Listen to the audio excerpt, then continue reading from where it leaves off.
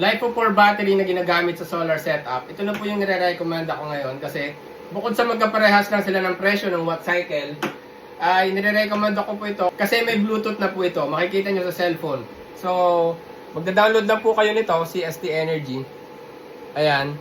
Tapos, i-add nyo na lang yung device. Bali, 4 yung aking CST Energy na ganito. 2 itong bago na idadagdag ko. Yung dalawang CST Energy ay nandun sa likod nito ang watt cycle. Bali, magiging 6 na batteries yung aking solar setup. So, sa mga gusto po ng Gentile, huwag po kayo mag-alala kasi Gentile din po ito.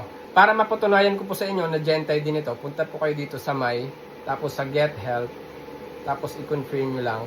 Ayan. Diredirect po niyan kayo sa website ng Gentile Power. Ayan. So, sa nakikita nyo po ay Gentile din yung gumawa nito. So, ang kagandahan po sa may Bluetooth, makikita nyo kung anong nangyayari na sa inyong battery. Ayan, kagaya niyan, 66%. Baligtad, hindi ko mabasa. Ayan, 66%. Ang nakalagay ay charging siya. Ayan. Alin yung nare-receive nyo ngayon kasi may mga nakaload dito sa bahay. Kaya, yan na lang yung natitirang binabato sa battery. Meron po sa baba na mga appliances na ginagamit ngayon. So, yun po ang kagandahan dito, kaya ito ang nire-recommend ako. Kasi may Bluetooth na siya, makikita mo sa cellphone. Bale, ilalagay ko po dyan sa comment section yung link nito kung saan nyo po mabibili. Mas nire-recommend ko po ito ngayon kaysa doon sa watt cycle. At baka po gusto nyo rin mag-install ng battery equalizer para manatiling balanse yung mga battery nyo. So, yan po kasi sa outer ay walang BMS. Kumbaga magkakakonekta sila. Ito po yung magsisilbing battery balancer ng inyong setup. Dati po ay nasa 1.2 ito, ngayon ay nasa 1.9 na. Sobrang laki na po ng itinaas. So bali yan po yung dalawang batteries ko na idadagdag. At yan pong magulong wirings na yan na binash ako dati ay yan po ay itong battery equalizer.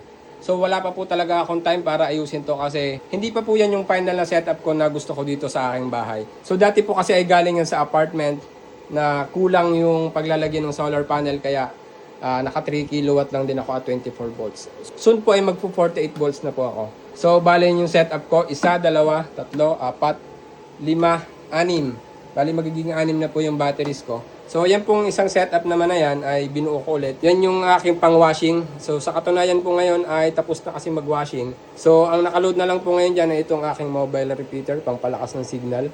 Itong electric fan na malinis. Ayan, napakalinis yung electric fan na yan. Tapos, itong washing machine sa baba. So, ayan. Pero, tapos na yung washing kaya 59 watts na lang yung kalagay dito. So, bukod po ang vlog nito, meron po akong tutorial nito sa YouTube channel ko.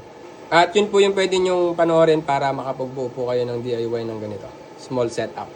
At para may reference po kayo, ang isa po nito ay pwede nyong gamitin sa solar setup na maliliit lang. Kagaya nung nakikita nyo dun sa dulo, yun po yung ginagamit ko sa aking washing machine. So, ang isa po nito ay pwede nyong gamitin sa rice cooker, sa electric fan, washing machine, TV, computer, laptop, ilaw. Kung dadalawahin nyo naman po, 24 hours na po dito yung ref. Subukan na po yan. Refrigerator po. Inverter or non-inverter na 80 watts hanggang 100 watts ay kaya po nito ng 24 hours. At kapag ginawa nyo naman pong 4 na ganito, katulad po nitong setup ko, bali 4 po yan, dalawang CST na ganito doon sa likod, bali 4 yan, ay buong bahay ko na po yan ginagamit.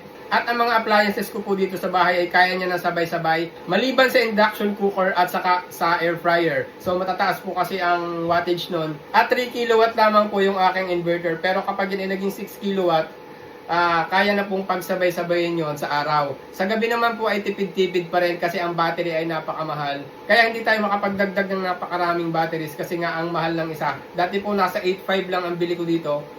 Ngayon ay nag-check ako nasa 12.5 na. Pero itong dalawang nabili ko, ito ngayon ay 9.5, ito ay 9.7. At sa araw naman po ay napagsasabay ko yung aking dalawang aircon. Isang 0.5 na non-inverter at saka isang 1 HP na inverter type. Kasi nga ay 3 kilowatt naman yung aking inverter.